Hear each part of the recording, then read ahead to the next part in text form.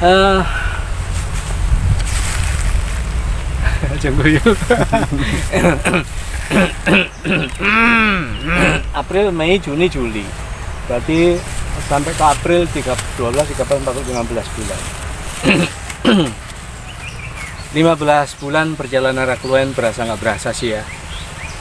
Saya sebut demikian karena ketika saya merunut ke belakang, serasa baru kemarin saya membuat channel ini, dan kemudian 15 bulan berjalan dan saya menemukan kenyataan bahwa harapan sama seperti banyak YouTuber lain, YouTuber pemula.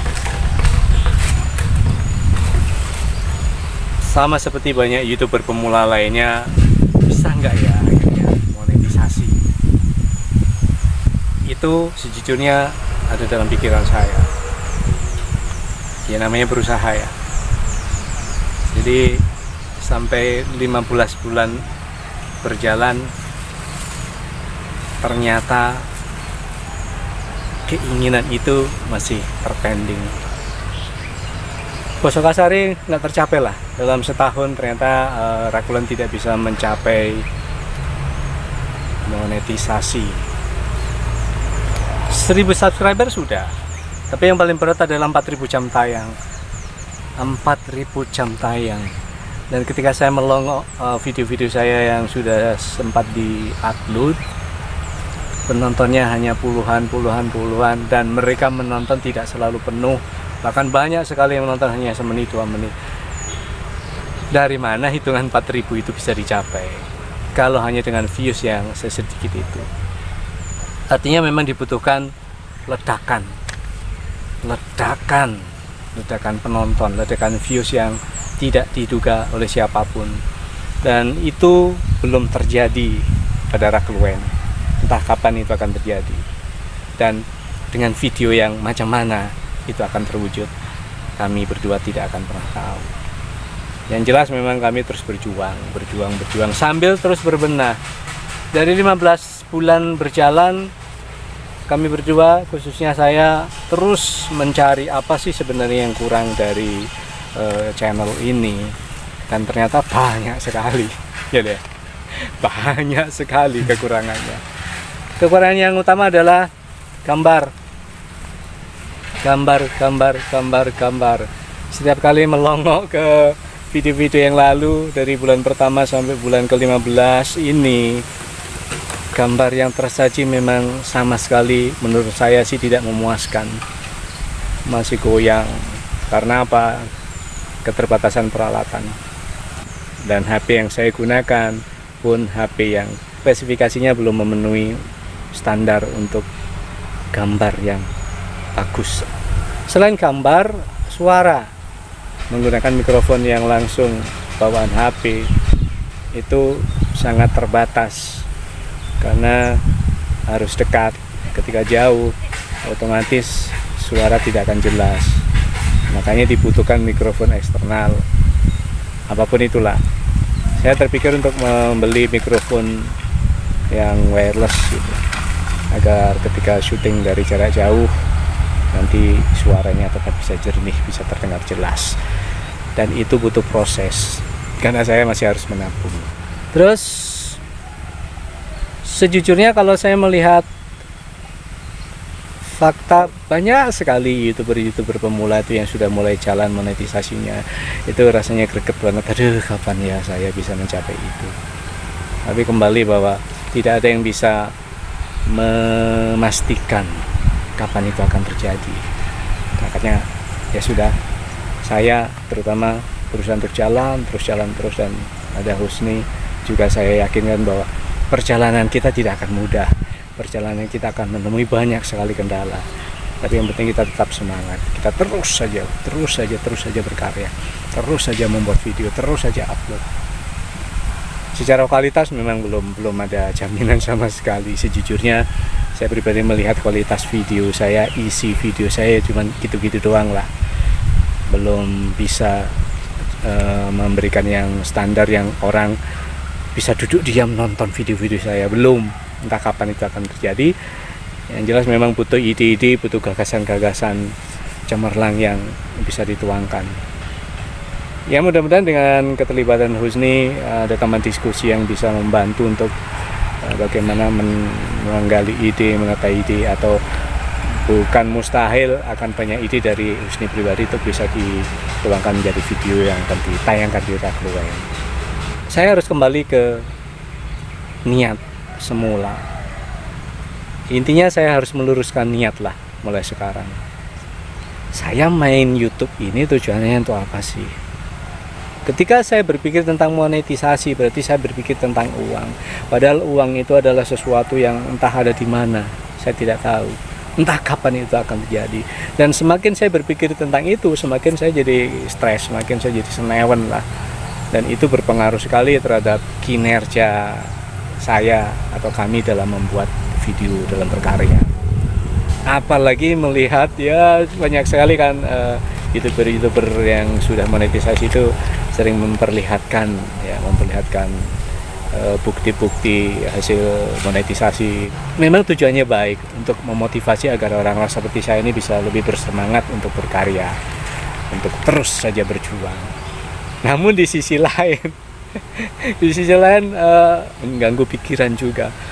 Aduh, kapan saya begitu terus. Jadi, makanya mulai sekarang saya harus berpikir sebaliknya saja. Udahlah, bismillah, saya bekerja, saya berkarya, saya semaksimal mungkin untuk berbuat. Setelah itu terserah apa kata Tuhan. Ketika itu sudah muncul dalam pikiran saya, sudah saya tata di otak saya, akhirnya ya lumayan enteng. Dan saya harus kembali ke niat semula bahwa saya ingin menyalurkan hobi, karena saya suka sekali hal-hal yang terkait dengan orang ngomong lah, dengan bikin-bikin video, bikin film, bikin apapun itu ya. Itu sajalah. Jadi saya anggap ini adalah tahun awal. Jadi saya mulai dari titik nol lagi untuk bisa memulai, menjalani, melanjutkan Rakluen dengan niat yang lebih pas lagi. Saya menjalani hobi, perkara nanti ternyata di depan sana sudah menanti rezeki, ya apa kata Tuhan, yang penting berkarya semaksimal mungkin. Bukan begitu? Jawab. Oke. Saya juga harus meyakinkan kepada Husni bahwa perjalanan kita tidak akan mudah, tidak akan mudah. Jadi harus melongok kembali niat.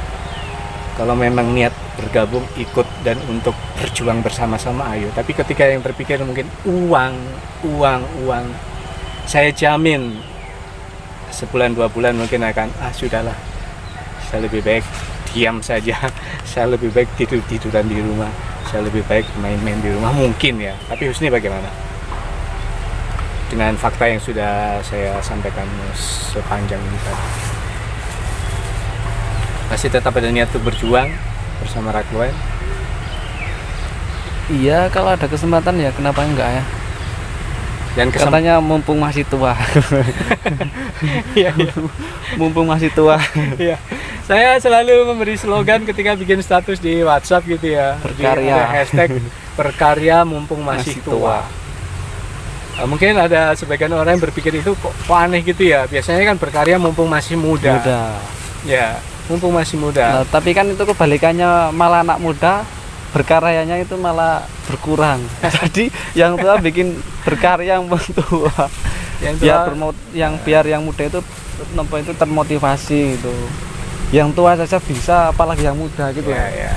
Kalau mau dimanai seperti itu sih silakan saja, tapi saya lebih berpikirnya begini, muda, tua, mati kan. Artinya kalimat itu bermakna bahwa saya berkarya walaupun tua gitu loh. Saya kan masih tua, belum mati gitu loh. Itu maksud saya sih.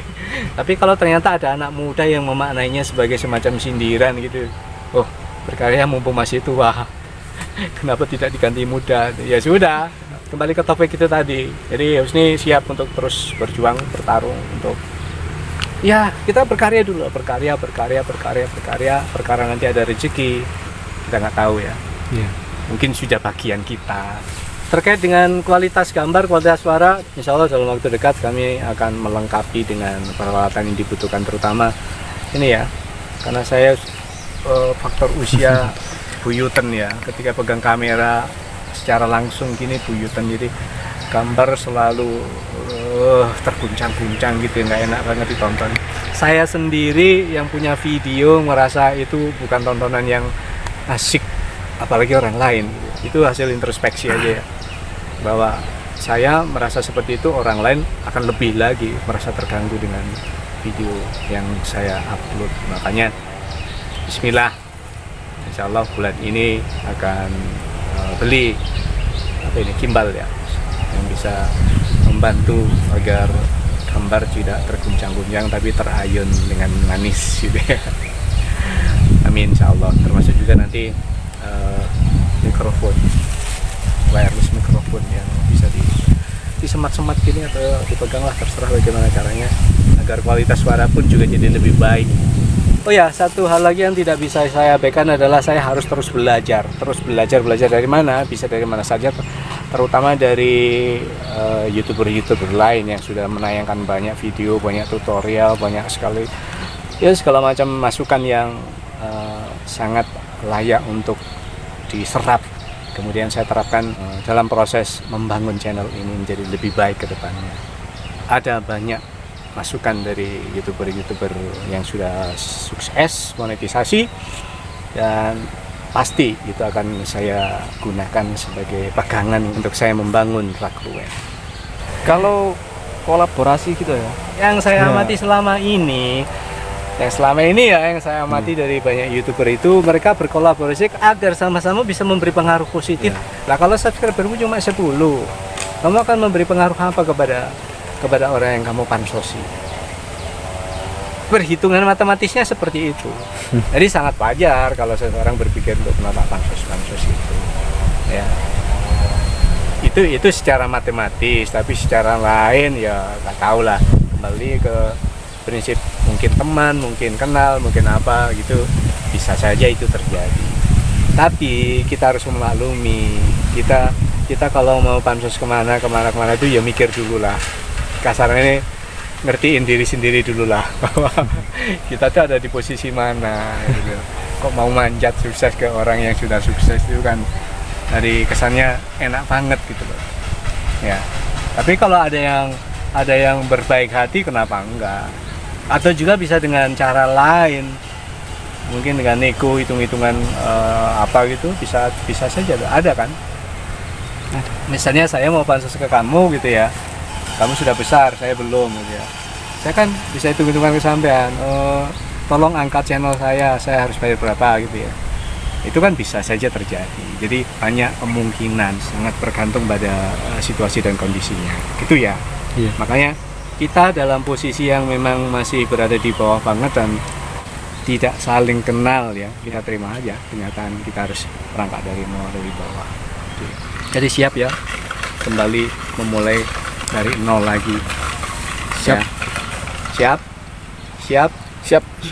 Kembali memulai dari nol lagi untuk melanjutkan perjuangan, untuk melanjutkan usaha, untuk bekerja keras.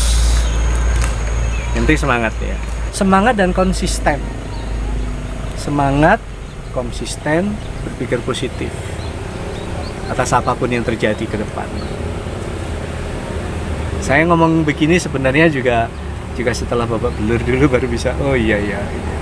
Dan hilangkan semua fantasi tentang hal-hal indah dunia YouTube. Itu justru akan membuat kita jadi makin berat untuk melangkah. Justru akan membuat kita jadi makin terbeban untuk berjuang. Ya wes, jalan aja, ngalir saja, bismillah. Terakhir, kita harus sadar bahwa kita bukan artis.